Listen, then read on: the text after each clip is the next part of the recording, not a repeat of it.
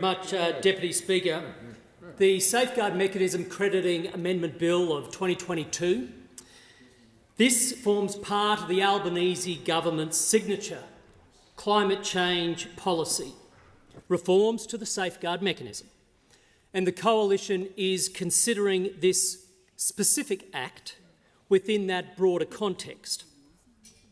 While there is bipartisanship in this parliament with respect to joining global efforts to reduce emissions to achieve carbon neutrality by mid-century, there is anything but a bipartisan agreement on how we go about reaching that goal.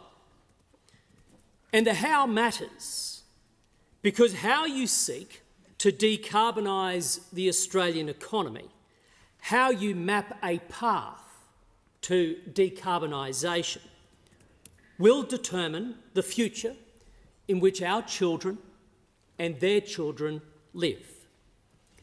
If Australia ventures down the wrong path, as we are under this Labor government, our children and grandchildren will live in an Australia that is weaker, not stronger, poorer, not more prosperous, and Australia that is more likely captured by the interests of foreign powers rather than being fiercely independent as a sovereign nation. What's more, Labor's plans to reduce emissions will fail and will not make the substantial contribution we could be making as a nation to tackling global emissions. Once a successful, fit-for-purpose coalition framework, Labor is turning the Safeguard Mechanism on its head, reversing its intent and operation, changing it from one that incentivises businesses to one that punishes businesses, from one that's voluntary to one that's mandatory, from a scheme driven by technology to one that's driven by tax. Labor's Safeguard Mechanism is a Trojan horse for the carbon tax that Labor has longed for many, many years.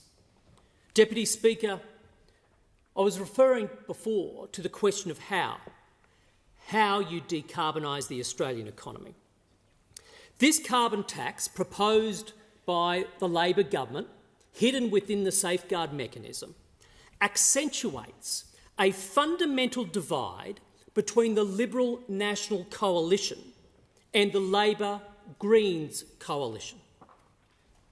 For the Liberal National Coalition, our approach has always been to strike a balance. We have always sought a balance. And I underscore that word balance, because we have balanced both the reduction of emissions and the growth of the Australian economy. We met and exceeded our Kyoto targets. We reduced emissions by over 20% on the 2005 levels. We put Australia well on track to beat its Paris Treaty commitments, and we did so by concurrently, at the same time, improving the Australian economy. Up to 23% the economy grew over a 9-year period under the coalition government. Record GDP, record jobs, record investment, I might add, including in clean energy technologies. More investment than ever before. We struck a balance. And how did we strike that balance? Well, we did it by backing enterprise, by backing engineering, by working with industry and not against industry. We backed technology. We backed the search for solutions that were practical and could be executed and implemented. Labor, on the other hand, Labor has failed to strike the balance because instead Labor backs big government, Labor backs big unions, Labor backs big taxes. Indeed, Labor's safeguard mechanism is illustrative, especially when it comes to Labor's backing of big taxes. It is the most punitive policy of its kind in the world. Starting 1 July of this year, 215 Australian businesses will have to reduce their emissions by 4.9% each year to 2030. 4.9%. This is the fastest rate of decline imposed by any government, higher than even the European Union, which is renowned for having set such a high bar in this regard. Their rate is 4.4% under its emissions trading scheme. So Labor is setting a decline rate that is higher than even the EU.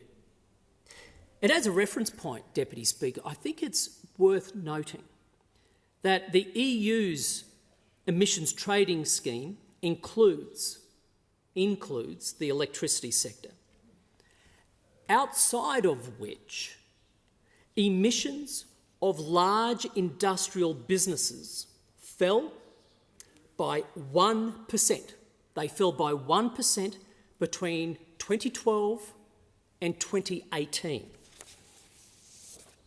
Labor's scheme excludes the electricity sector, and it is putting the responsibility on large industrial businesses in Australia to reduce their emissions by 4.9%. That's nearly 5% every single year through to 2030.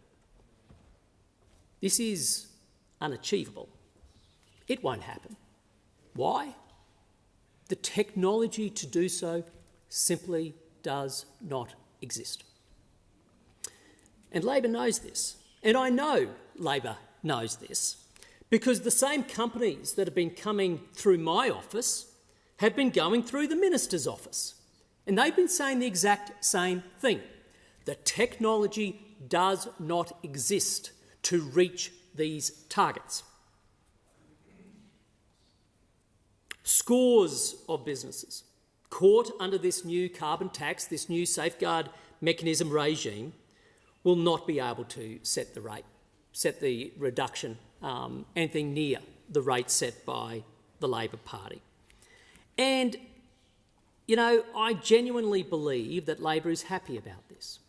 Labor doesn't want business to meet this bar. Why? Because that allows its carbon tax to come into play. If businesses could meet the targets, there wouldn't be a need for Labor's carbon tax.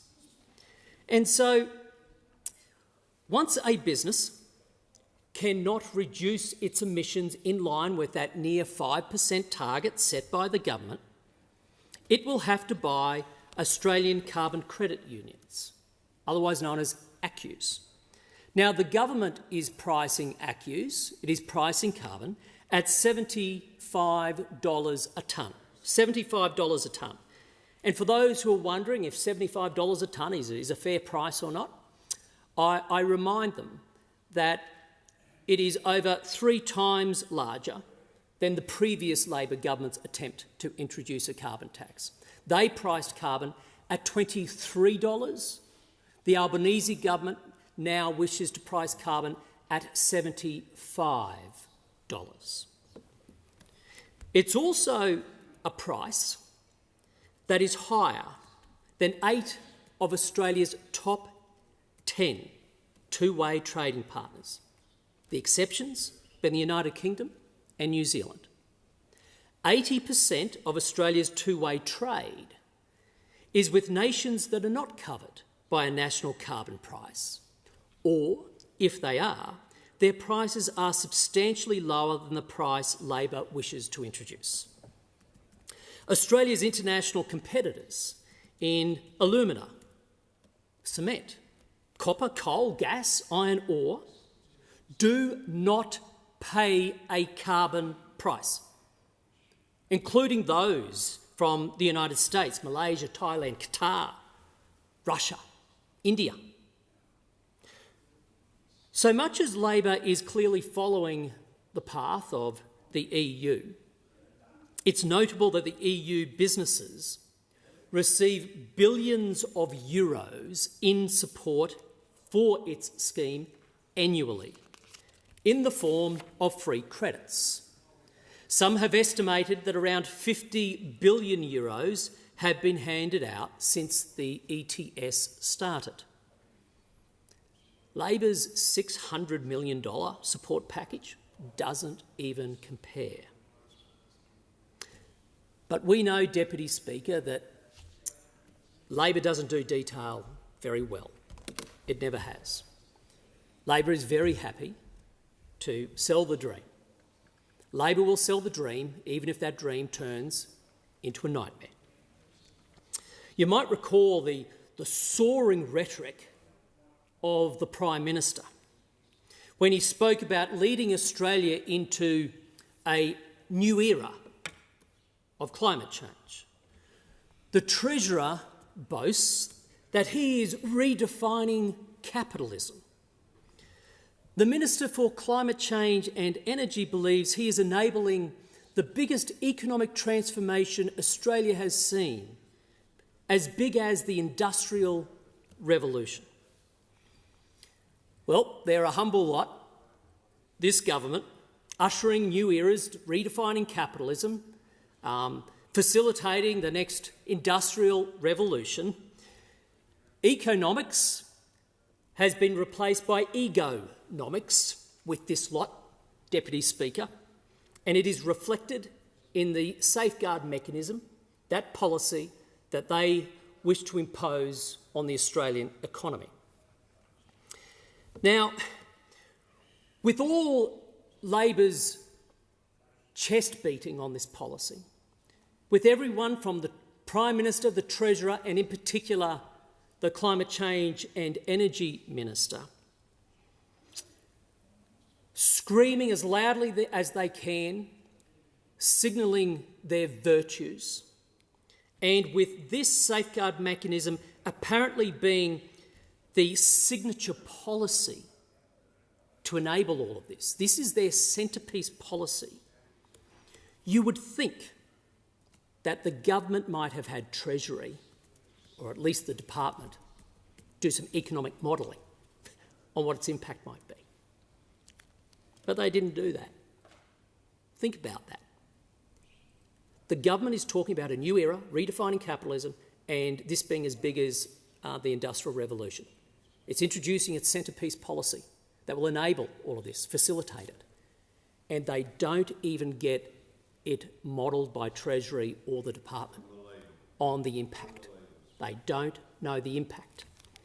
Now, that impact, of course, is on the economy. It's on individual companies, Aussie companies. It's on jobs, everyday Australians, their livelihoods, and it's on regional communities. They didn't model the impact. But what we did learn through the Senate inquiry into this bill, that apparently a little bit of modelling was done. Now, it wasn't disclosed by whom, but some modelling was done.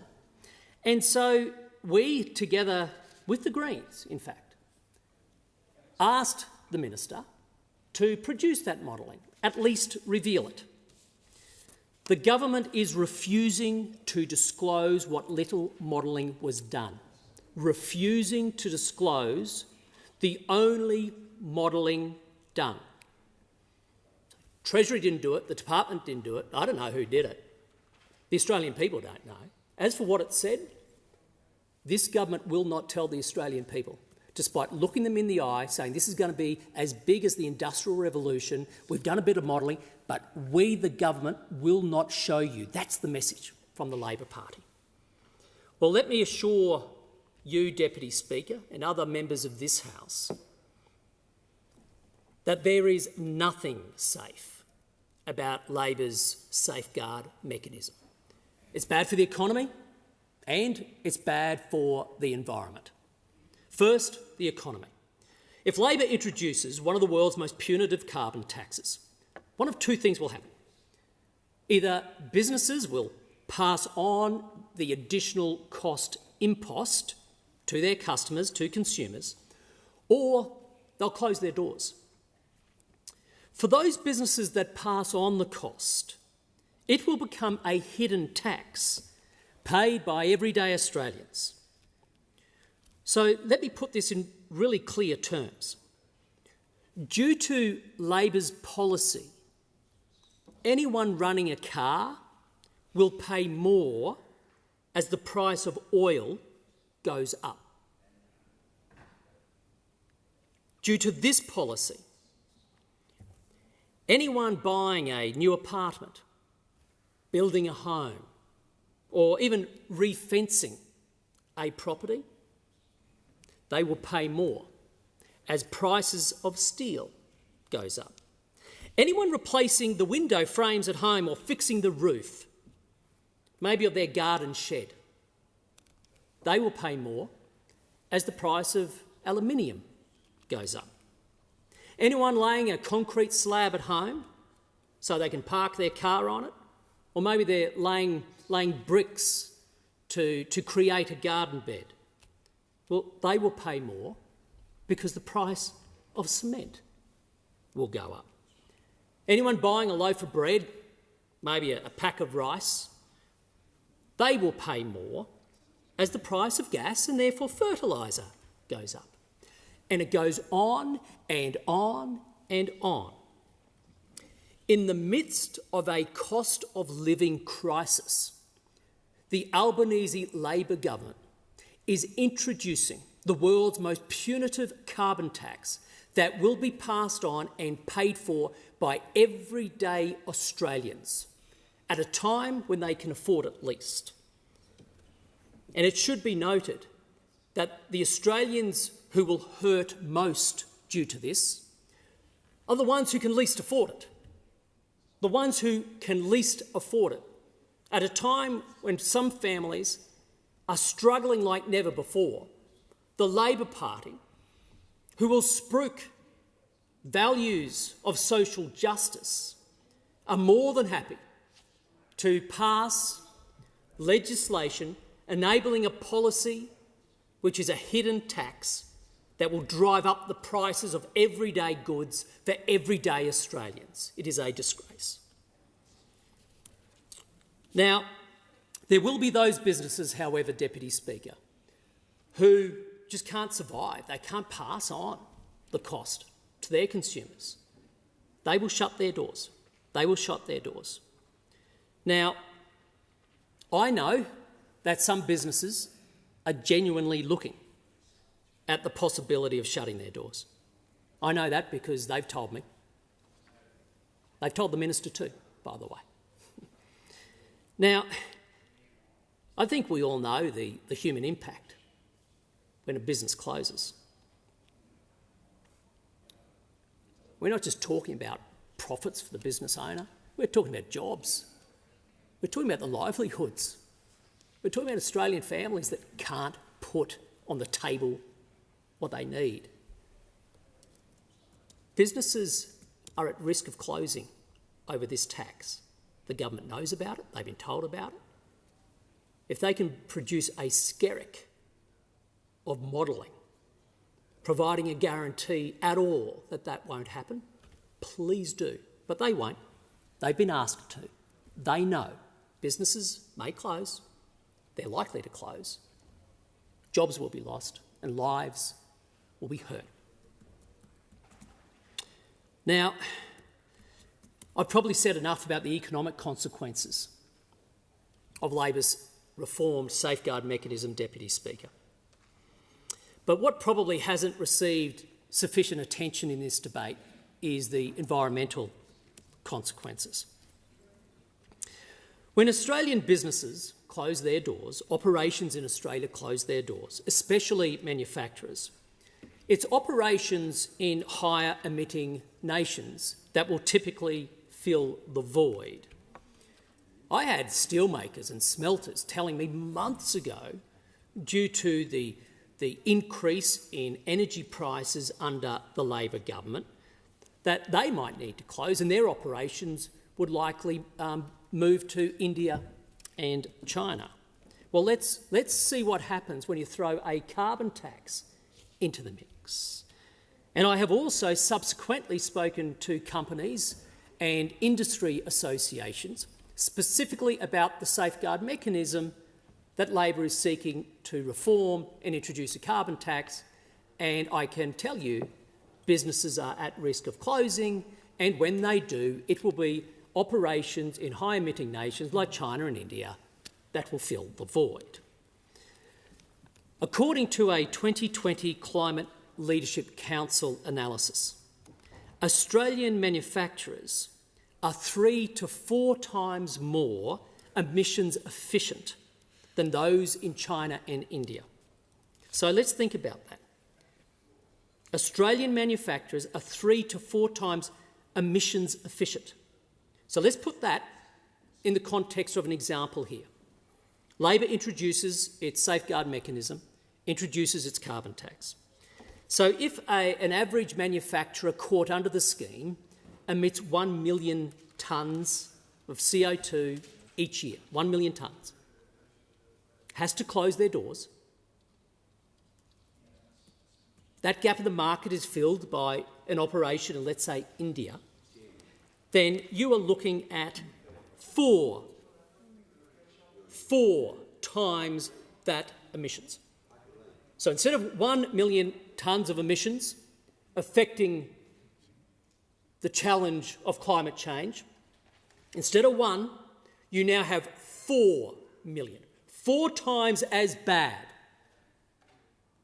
And yet this government claims that this policy is in fact a policy that will help tackle the challenge of climate change. This is greenwashing, Labor style. This is greenwashing, Labor style. Push it offshore, pretend it doesn't happen. It's someone else's problem, even though the net impact on the environment is worse. They know for a fact that is going to happen because, again, I've spoken to companies that have walked me through the same presentations the government has seen. That is what's going to happen. So let me close, if I can, Deputy Speaker, probably where I started. There is no question about the need for action to tackle the challenge of climate change in Australia.